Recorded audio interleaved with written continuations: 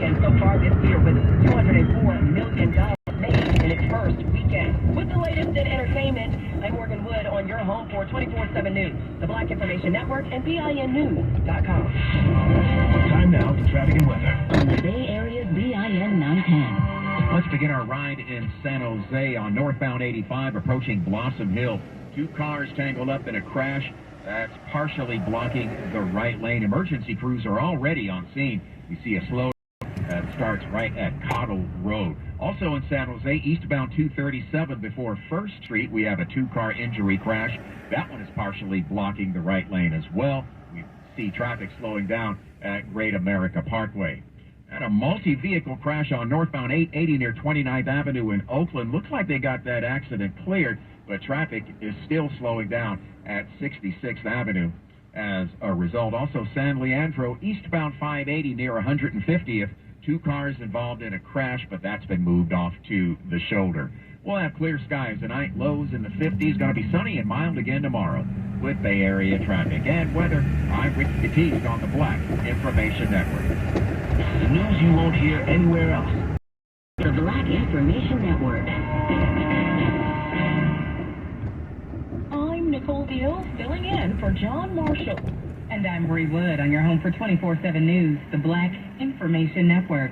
Lieutenant Governor Mark Robinson of North Carolina recently gave a spirited but controversial speech at the Faith and Freedom Road Conference in Washington, D.C. Robinson, who is black, endorses Donald Trump for president and spoke to a group called Moms for Liberty. The conservative group cheered and applauded while Robinson said there were only two genders. He went on to say Americans should return to reading quotes by former dictators like Nazi Germany leader Adolf Hitler and Joseph Stalin, who led the Soviet Union in the 1920s. Robinson says it's time to put America first.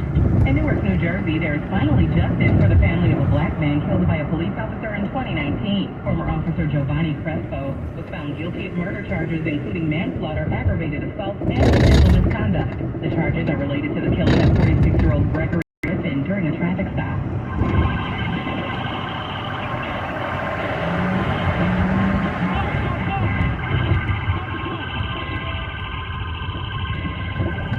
Once the verdict was rendered, Crespo was fired. Another black man, 35-year-old Andrew Dixon, who was in the passenger seat, was also shot during the incident. Crespo faces up to 30 years in prison. His bail was denied, and sentencing is scheduled for September. Bernard Robbins is a black man in South Los Angeles, California.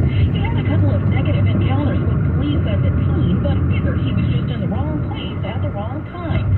He decided to join the police department to make a difference. But after 3 years on the force, he found himself being detained by the same cop that he shared a badge with. According to MSN.com, it happened last week. Robbins told the other officers he was a cop, but that did not seem to matter. He was handcuffed and treated like a criminal. After that,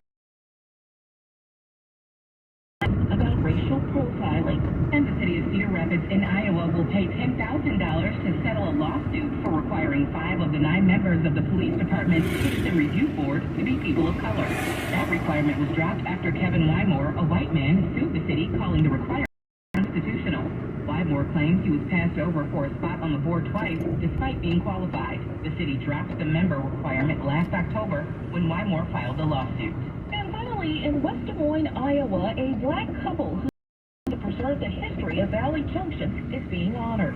The renovated railroad district is now filled with shops and boutiques, and according to MSN.com, Johnny and Barbara Long fought for playgrounds and housing and also started a community center. Now a street will be named in their honor, the Johnny E. Long Jr. and Barbara Long Honorary Roadway. I'm Amber Payton on the Black Information Network. For more on these stories and international, national, state, and local news affecting the black community, listen to the Black Information Network on the iHeartRadio app or log on to BINnews.com. I'm Nicole Deal, along with Bree Wood, on your home for 24/7 News, the Black Information Network. Because news can happen anywhere, anytime. The Black Information Network hotline is available to you 24 hours a day, 7 days a week at 855-500-9DIN. On the iHeartRadio. Trusted Black News. BIN 910. Your money on the Black Information Network. If you drive a Honda, you might want to take it to the dealership before taking it to another mechanic. Honda is recalling over 100,000 vehicles due to brake issues. The recall includes certain recent model Civic, Ridgeline, Passport, Pilot, and Acura NDX vehicles. The issue involves a loose fastener, which could lead to a possible loss of brake function. Letters notifying drivers will be mailed out next month. You can beat the rush and have your vehicles inspected and repaired at dealerships free of charge. Meanwhile, millions of dollars will be up for grabs in 2 nationwide lotteries this week. The Powerball jackpot is nearing $600 million. No one won Wednesday's grand prize of $546 million, so the jackpot rolls over to Saturday's drawing and will be worth an estimated $590 million. The Mega Millions jackpot is also reaching astronomical heights and will be worth about $427 million when those numbers are drawn this Friday. And I'm just curious, what would you do with all that cash? Money news at 24 and 54 minutes past each hour. I'm Nicole Deal on your home for 24/7 News, the Black Information Network, and BINnews.com. Because trust matters. This is BIN, the Black Information Network. Bay Area's BIN 910. I'm Bree Wood. And I'm Nicole Deal, filling in for John Marshall on your home for 24/7 News, the Black Information Network. The city of Raleigh, North Carolina is turning over a new leaf after the city council recently passed a resolution apologizing for its racist past. ABC 11 reports that city leaders have apologized for past participation in slavery and implementing programs that destroyed black communities in Raleigh. Some black residents feel the apology is insincere. The resolution also encourages city leaders to develop projects and proposals focused on promoting equality. A new study by the University of Pennsylvania reveals that black Americans living in neighborhoods with lower levels of income and education may age faster than white people in the same area. The study, recently published in the Public Library of Science, links faster biological aging to low socioeconomic status. According to Stat News, the term known as weathering is linked to poorer health outcomes such as hypertension and higher infant and maternal mortality. A study by researchers at Boston University School of Public Health reveals that a history of stripping wealth and resources in commonly red-line neighborhoods may play a part in the disproportionate rate of kidney failure among black adults.